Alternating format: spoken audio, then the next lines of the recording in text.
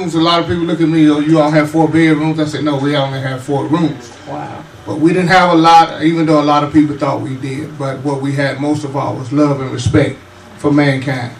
We respected ourselves. We respected our parents. We respected our community.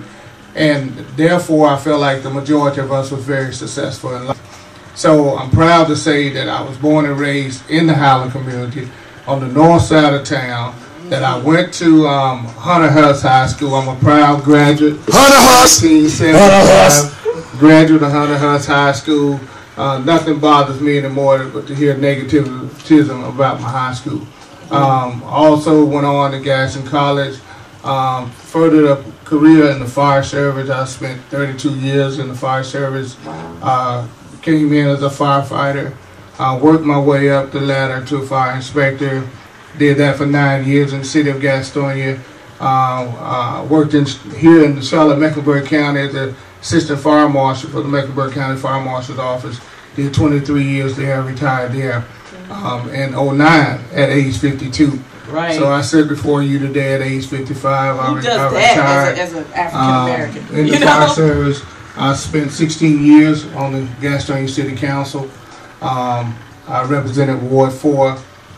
16 years, 4 years as the Mayor Pro Tem of the City of Gastonia. I taught for 15 years. I was a fire instructor at Gaston College.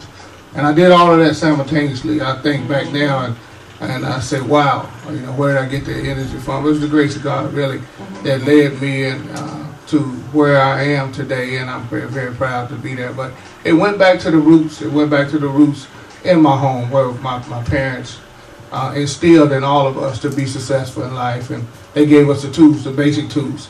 It wasn't money, it wasn't a lot of things. They gave us the thing, respect and love, and I think that's a lot that's missing today, and I think that's why the generation has gone in a different direction. And that's one of the reasons why I really wanted you to come on tonight. And you know me, I feel like a white woman with Elvis. You know what I'm saying? I'm just excited. You got one screen, but and I say that to say because, especially during your term, and we can even go back maybe even 20 some years ago. Yes. It was such a richness to the Highland community. Oh, no I mean, doubt. Because I was born and raised in that area. My grandparents lived on Boyce Street, 1009 North Boyce. We lived growing up before moving to South Gastonia area.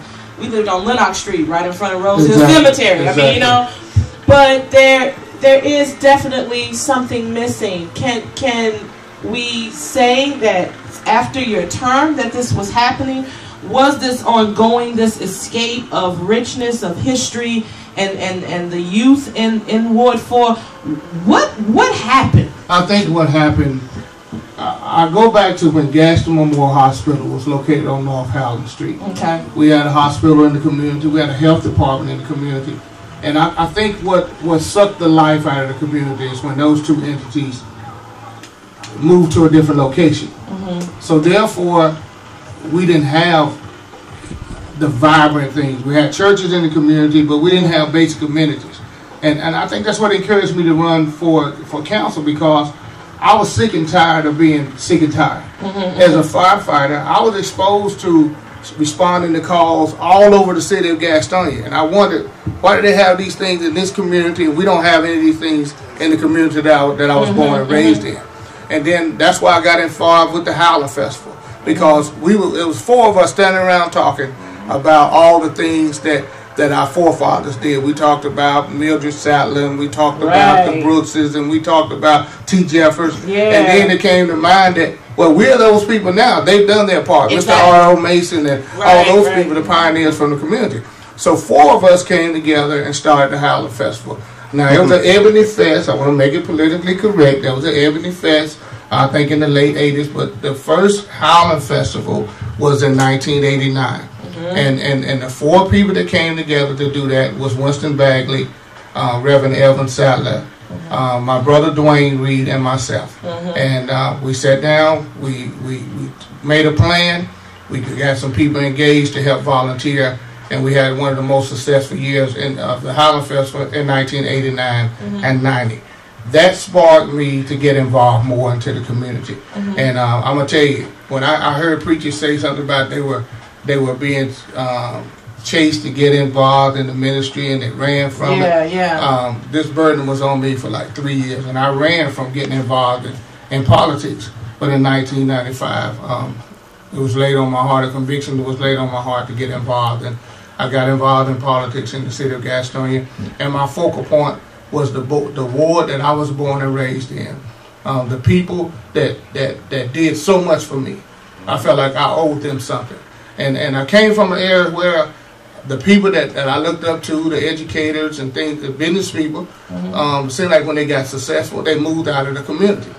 And when I had the opportunity to buy a home, I said, well, if everybody moved out of the community, who's going to be around to make a difference? So I chose to buy a home on the north side of town in Ward 4, and it worked out that I was able to represent my community and my constituents. And then when I look at a community that had no basic amenities, Ward 4 was literally on life support when I ran for office. When I say life support, when you have a community of about 10,000 people that live in a community with no basic amenities. When I say no health care facility, no grocery store, no lending institution, I can go on and on as far as what the community did not have.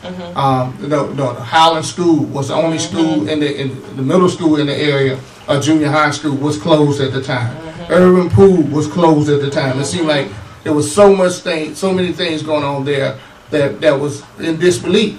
So I was encouraged to get involved, to make a difference. It's easy to talk about what's not happening, but it takes very few people to step up and try to do something about it. I have a question.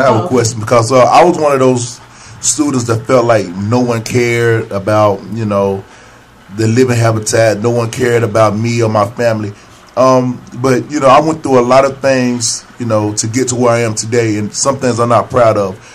Today, by you being the person you are today, what can you say? What advice can you give myself and the youth about, I guess, reality? Basically, stop talking about it, stop complaining about it, and be about it. It's easy to sit around in the barbershop and belittle me, somebody that's in the office, or Facebook, Facebook, someone that made the sacrifice, would sacrifice his family, sacrifice his time. I'm in the game, but you sitting around in the barbershop, beauty shop, Facebook, and you dogging me, but I'm doing something to help you. So to answer your question, Classic, stop talking about it and be about it. Everybody they got an opinion, but everybody has one. It's just like everything. Okay. I know you want to say everybody got a beehole. He want to say everybody got a beehole. So you already know. You know what he's going with. So basically, what I'm hearing today, what I'm seeing today, is a lot of talk. And emotional responses and no action. I got two quick questions. Okay. What I think some people don't understand, especially dealing with local government and city council areas, district areas, is that while you're in Ward 4, you correct me if I'm wrong. If I'm in Ward 2, I can vote who can hold that seat. Fortunately, in the city of Gastonia, we have a whole different thing rather than here in Charlotte. For instance, if you're in Ward 1, you vote for the council person that's running in Ward 1. In Gastonia, regardless of what ward you live in, there's 6 different wards in Gastonia. Regardless of what ward you live in, you can vote for the mayor and every councilman running. Therefore, when I had people calling me from different wards, and I had a lot of people that called me outside of my ward, and they was asking for assistance, and I try to TO them over to their councilman in their ward, they said, well, Mr. Reed, I voted for you also. So I felt obligated to help those individuals because that's true. They did support me. So that's the disadvantage. So when I said that I was a city councilman in Gastonia, I was truly a city councilman. And I look at the basketball courts at Lineberger Park being shut down, and that was a big issue. Lineberger Park is not in my ward, but I went to bat for that effort, and I look at the renovation of Lineberger Park now and say, wow. And Rankin Lake, a park that was defunct for so many years, I look back at that now. I look at the 321 corridor. It's beautiful coming off I-85 into the city of Gastonia. I look at the community.